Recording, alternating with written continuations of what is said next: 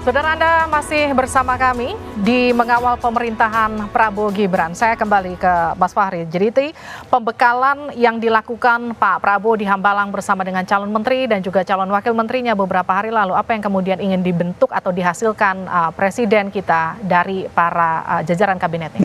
Iya, jadi sebenarnya selain daripada penajaman visi misi ataupun gagasan yang sebenarnya sudah digaungkan oleh Pak Prabowo semenjak masa kampanye atau yang kita katakan sebagai naskah visi misi yang sebenarnya sudah resmi diundangkan ya atau dilembar negarakan seperti itu.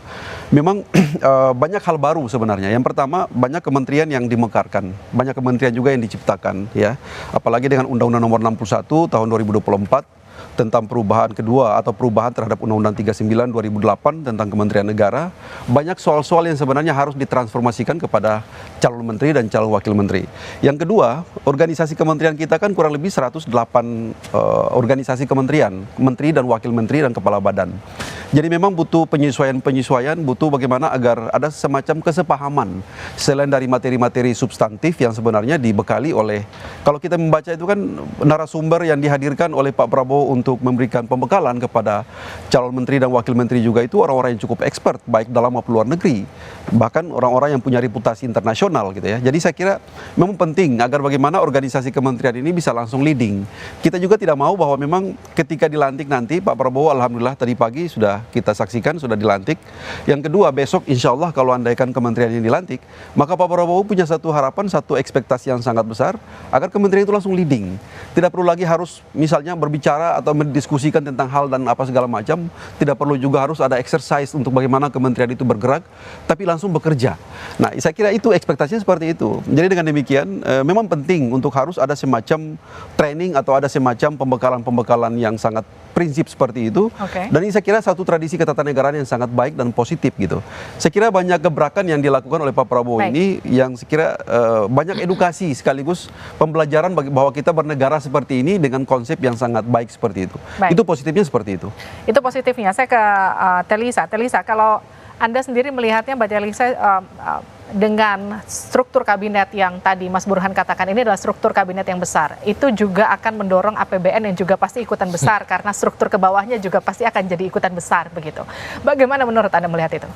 Ya, tentu ini ada implikasi nanti kepada belanja, terutama di sisi belanja pemerintah pusat untuk satu kegiatan belanja pegawai. Jadi artinya bahwa ini kan para menteri, wakil menteri baru tentu ada pos-pos anggaran baru. Meskipun sudah disampaikan di dalam press release Wamenkyu menyatakan bahwa sudah diantisipasi dalam APBN 2025.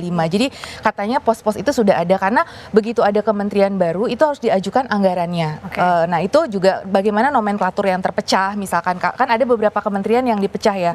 Terus nah itu agak membutuhkan waktu juga koordinasi dengan Kemenpan RB dan juga Banggar di DPR. Jadi itu bagaimana mengalokasikan anggaran-anggaran karena ya di starting point pertama benar harus bekerja, cuma kadang memang ada proses administrasi yang harus dijalani ya. Jadi nah mudah-mudahan administrasinya ini tidak terlalu lama nih proses dari perubahan ini. Nah, terus kemudian bagaimana ketersediaan dari anggaran negara itu sendiri. Jadi tentunya itu harusnya sudah dipertimbangkan ya dari, kan kita tahu ya presiden sebelumnya itu di era Pak Jokowi itu adalah 34 kementerian lembaga. Nah ini kan kita lagi nunggu nih jumlahnya berapa.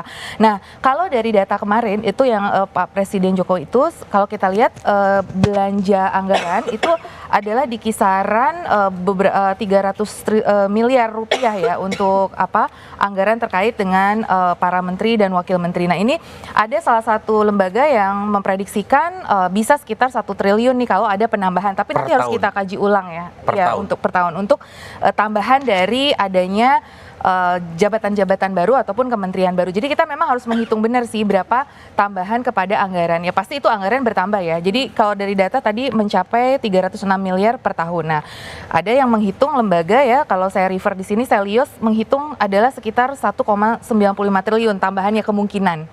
Nah, berarti kan berapa kali lipat tuh meningkat dari 3 ke 1,95.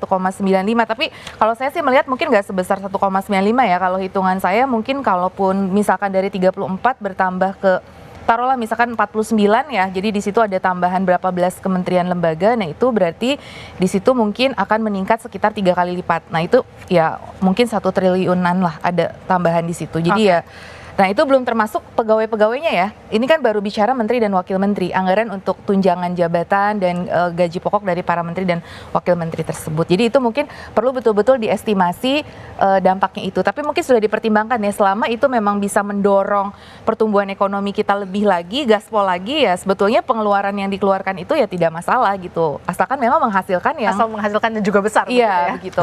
Oke, saya ke Mbak Tejo. Mbak Tejo, jadi kalau kita melihat sebetulnya nama-nama yang dipanggil kemarin itu kan bukan cuma sekedar politisi aja, tapi juga ada dari kalangan public figure. Ada bahkan Raffi Ahmad, Yovie Widianto, maksud saya, yang juga dipanggil ke Kertanegara kala itu. Kalau Anda melihat Mbak Tejo dari apa yang kemudian ingin dibentuk oleh Pak Prabowo dengan memanggil para seniman itu seperti apa?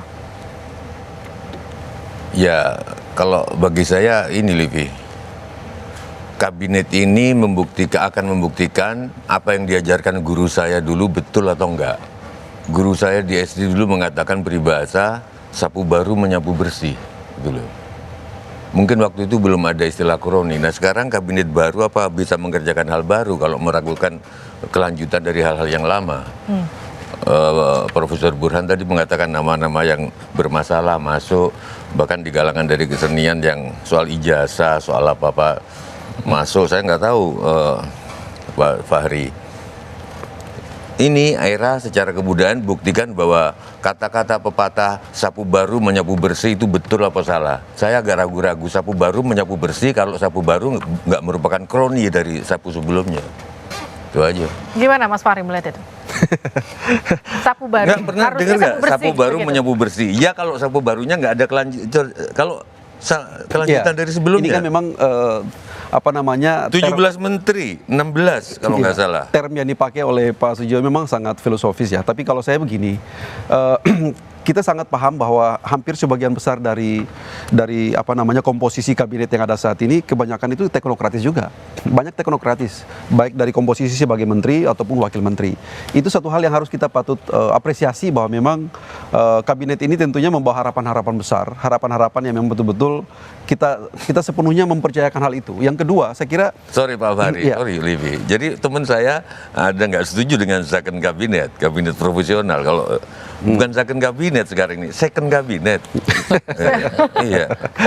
Iya, kita objektif lah. Kalau saya kira banyak orang-orang ahli, seperti misalnya Ibu Sri Mulyani itu kan orang ahli juga sebenarnya, profesional. Yang sebenarnya tidak perlu kita ragukan integritas dan kapasitasnya tentang itu. Ahli, kalau sekian tahun, sekian periode dipakai, awam pun akan curiga ini pesanan asing. Nah, misalnya di sektor hukum misalnya ada Profesor Yusril, ada kemudian juga ya saya kira banyak harapan, banyak orang-orang hebat yang sebenarnya bisa kita harapkan untuk bisa melakukan berbagai perubahan-perubahan ataupun mungkin bisa melakukan beberapa gebrakan-gebrakan penting untuk bagaimana bisa memastikan ekosistem ekonomi kita bagus.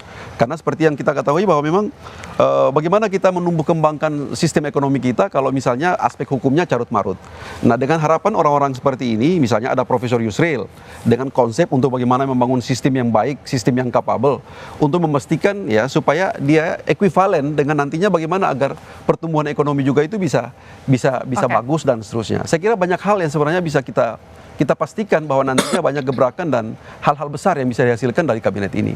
Saya masih percaya seperti itu, Pak Sujiwo. Enggak, tapi kalau bagi saya, harapan saya dulu waktu ada ribut-ribut soal alutsista yang 1.000 berapa triliun itu, karena memang negara ini perlu pertahanan, kan ada ribut sama Sri Mulyani. Dan menjelang ke sini kelihatannya secara bahasa tubuh Pak Prabowo enggak akan masukin Bu Sri Mulyani. Tapi gini Mbak Tejo. Terus akhirnya masuk.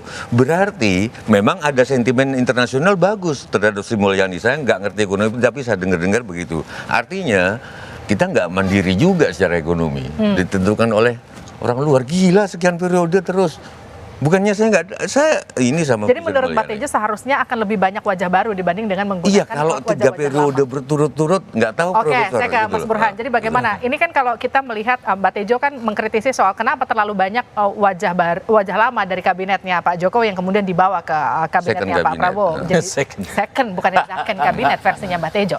Kalau Anda sendiri Mas Burhan melihatnya, ini kan sebetulnya kalau versinya Pak Prabowo ini semangat keberlanjutan yang mau dibawa dari pemerintahan Pak Jokowi ke pemerintahannya Pak Prabowo, atau justru sebetulnya ini tidak efektif menurut Anda?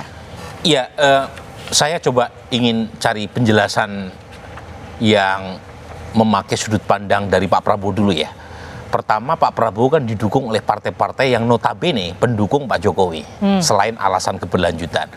Jadi kalau kita lihat AHY, Zulkifli Hasan, Airlangga Hartarto, Bahlil masuk, ya secara elektoral mereka punya kontribusi.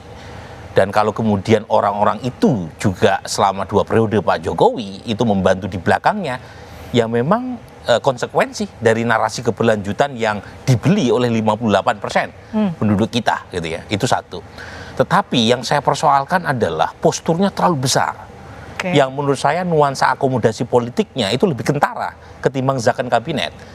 Dan kalau pada masa Pak Jokowi itu untuk urusan akomodasi partai non parlemen biasanya ditaruh di wamen.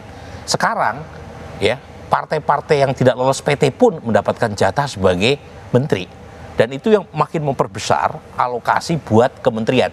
Selain implikasi budget, anggaran, yang jelas akan punya potensi adalah soal sinergi kebijakan. Nah ini kemudian tadi ditekankan sama Pak Prabowo ketika kalau kita bicara soal jumlah kabinet yang besar, Pak Prabowo bilang karena Indonesia itu besar. Jadi butuh kemudian kabinet yang juga cukup besar untuk kemudian mengurus Indonesia yang besar ini. Kurang lebih seperti itu. Tapi nanti itu kan kita lanjutkan sejenak, tetap bersama.